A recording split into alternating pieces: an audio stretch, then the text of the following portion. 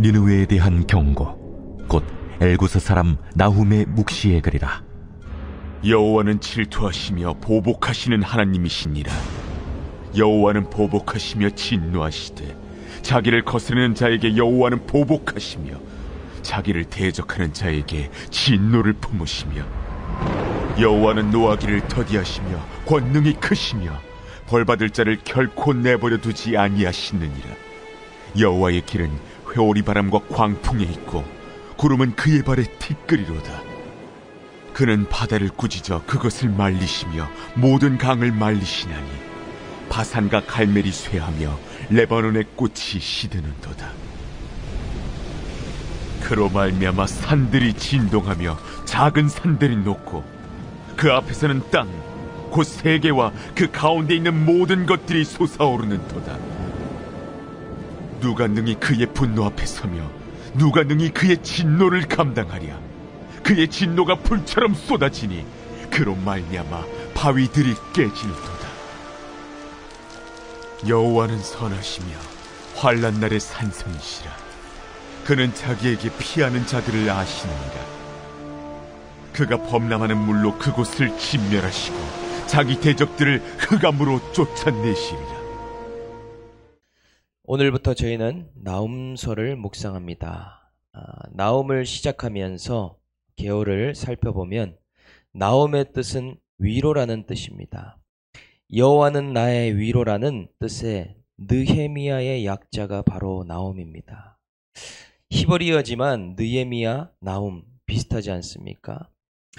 그런데 아이러니하게도 오늘 본문의 제목은 여호와의 진노입니다. 나훔의 뜻인 위로와 제목인 여호와의 진노가 너무 상충되는 말 같습니다.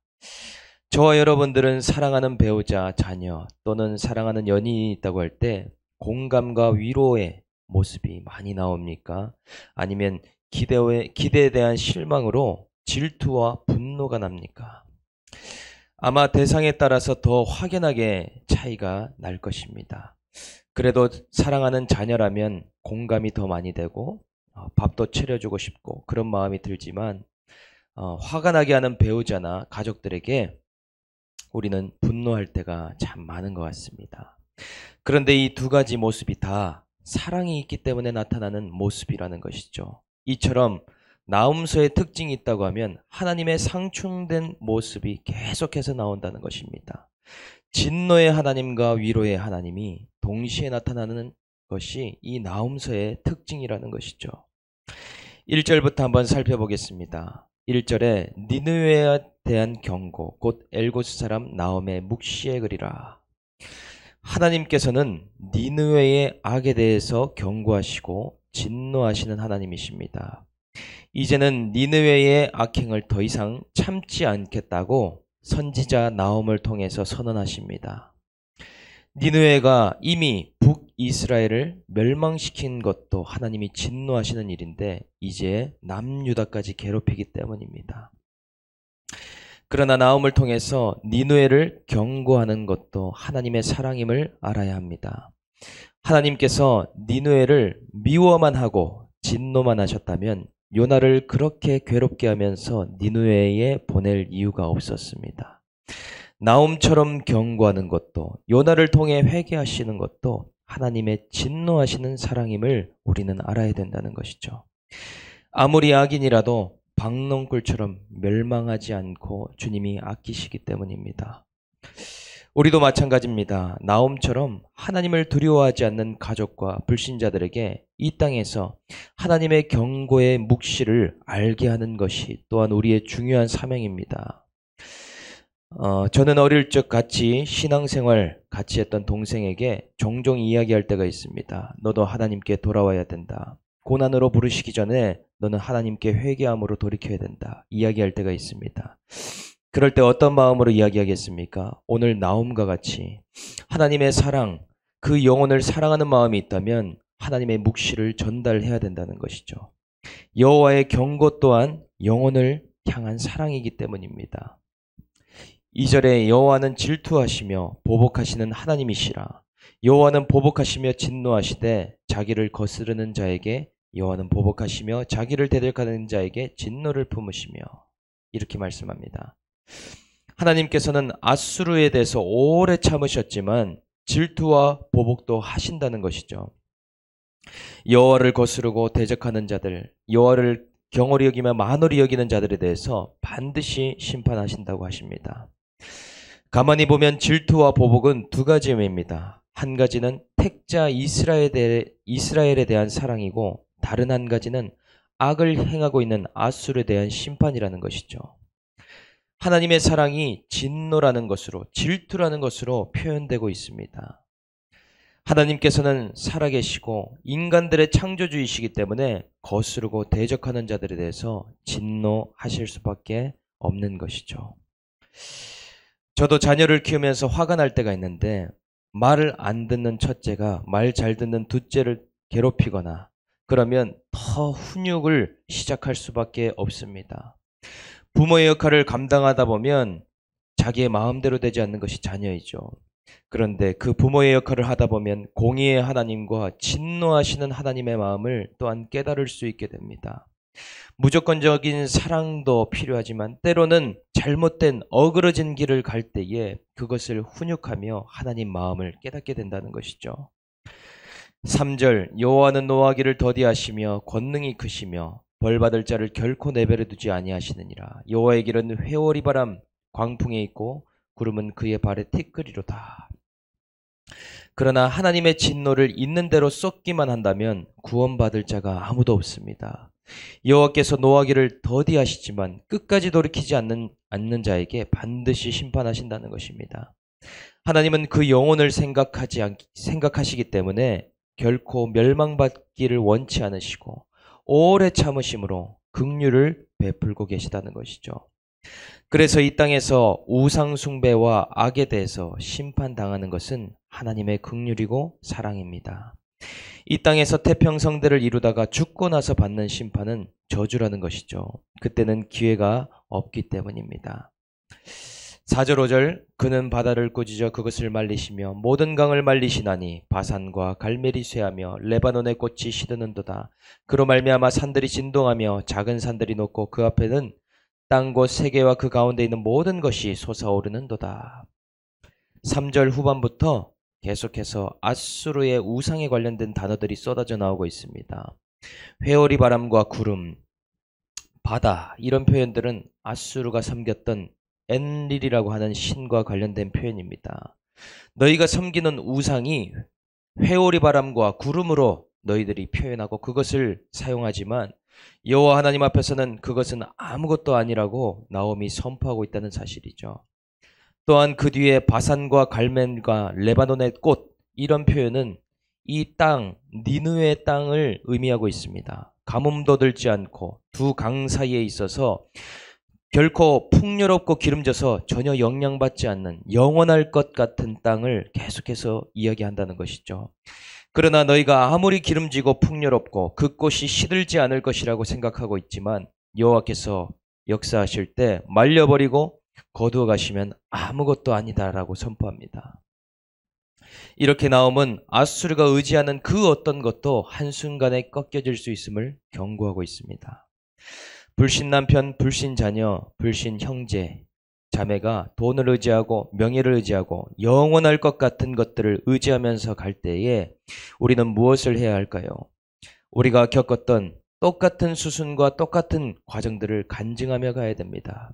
우리도 영원한 것을 의지하며 갔으며 꺾여지지 않을 것 같은 그 세상의 것들을 붙들고 갔었기 때문에 하나님의 질투 같은 불을 경험하면서 고난을 받았다는 것이죠. 그것이 우리의 삶의 간증이 되고 삶의 약재료가 되어서 내게 허락하신 자리에서 나누며 가야 된다는 것입니다. 그것이 바로 나옴의 묵시라는 것이죠. 그것들이 한순간에 무너질 것이라는 것을 우리는 이미 경험하고 알고 있기 때문입니다. 6절 누가 능히 그의 분노 앞에 서며 누가 능히 그의 진노를 감당하랴. 그의 진노가 불처럼 쏟아지니 그로 말미암아 바위들이 깨지는도다. 인간이라면 아무도 심판자 되시는 여호와의 진노 앞에 설 수 없음을 역설적으로 말씀하고 있습니다. 여호와의 진노는 인간의 분노와 같지 않고 공평하고 공의롭다는 것이죠. 그러나 하나님의 진노와 심판은 오래 참으며 끓다가 튀어나온 마그마 같은 것이죠. 아무리 강한 것도 녹지 않을 것이 없고 아무리 단단한 것도 깨뜨려지지 않을 것이 없습니다. 하나님의 심판으로 깨어지기 전에 말씀 앞에 깨어지면 그것은 축복이라는 것이죠. 하나님의 진노를 경험하기 전에 회개하게 된다는 것은 너무나 좋은 일이라는 것입니다. 그러나 안 되는 이유는 무엇입니까? 인간은 죄성이 있어서 겪어보지 않고는 잘 믿지 않는다는 것이죠. 본인이 죄값을 치르면서 정말 당해보지 않으면 자신의 길을 수정하지 않는다는 것이죠. 그래서 구원의 값을 치르고 나서야, 고난 당하고 나서야 회개하게 된다는 것입니다. 아수르의 모습과 우리의 모습이 너무나 같다는 것이죠. 7절, 여호와는 선하시며 환난 날의 산성이시라. 그는 자기에게 피하는 자들을 아시느니라. 그런데 이런 모든 것 가운데 선하지 않은 것이 없다라고 말씀하십니다. 하나님께서 행하시는 것은 자의적으로나 하고 싶은 대로 하시는 것이 아니라 말씀대로 행하시고 공의대로 행하십니다. 그분은 선하시기 때문에 자신을 믿는 자들에게 환난 중에 산성이 되어주시고 피난처가 되어주신다는 것이죠. 특별히 자기를 신뢰하고 믿는 이스라엘에게 하나님은 더욱더 은혜를 더해 주십니다. 큰 시험과 환난의 때에 산성이 되시고 요새가 되시고 피난처가 되어 주신다는 것이죠. 내가 힘들고 어려울 때 내가 찾는 것은 곧 피하는 대상이고 나의 피난처입니다. 세상 사람들은 돈을 찾고 술을 찾고 사람을 찾고 세상을 피난처 삼지만 우리는 날마다 여호와 하나님의 날개 아래 들어가야 된다는 것이죠. 임박한 진노를 피할 수 있는 것은 바로 말씀과 기도입니다. 우리는 연 중간에도 소방훈련을 하고 군인들은 유격훈련을 하고 혹한기 훈련을 하듯이 믿는 자들은 앞으로 마지막 환난이 다가온다고 하는데 지금 주의 날개 아래 피하는 연습을 우리는 하고 있다는 것이죠. 8절, 그가 범람하는 물로 그곳을 진멸하시고 자기 대적들을 흑암으로 쫓아내시리라. 여기서 범람하는 물을 생각하면 떠오르는 것이 노아의 홍수입니다. 물의 심판으로 주님은 모든 호흡을 끊어버리시고 진멸하겠다라고 말씀하신다는 겁니다. 흑암하면 또한 생각나는 것은 출애굽기 9번째 재앙입니다. 흑암으로 모든 자들을 다 쫓아내시겠다는 것이죠. 그래도 끝까지 악을 멈추지 않고 이스라엘을 괴롭히며 여호와 하나님께 회개치 않는 자, 그 자들은 생각할 수도 없는 방법으로 하나님이 심판하시겠다. 오늘 하나님은 경고하십니다. 오늘 이 말씀을 듣는 우리들은 여호와의 선하심을 깨닫고 여호와의 진노를 받을 수밖에 없는 자가 바로 나임을 회개하며 주변의 간증함으로 이 마지막 때에 그 아버지의 날개 아래 피할 수 있는 저와 여러분들 다 될 수 있기를 주님의 이름으로 축복합니다. 적용 질문 드립니다. 나의 삶의 모습으로 하나님의 경고를 보이며 가야 할 니느웨는 누구입니까?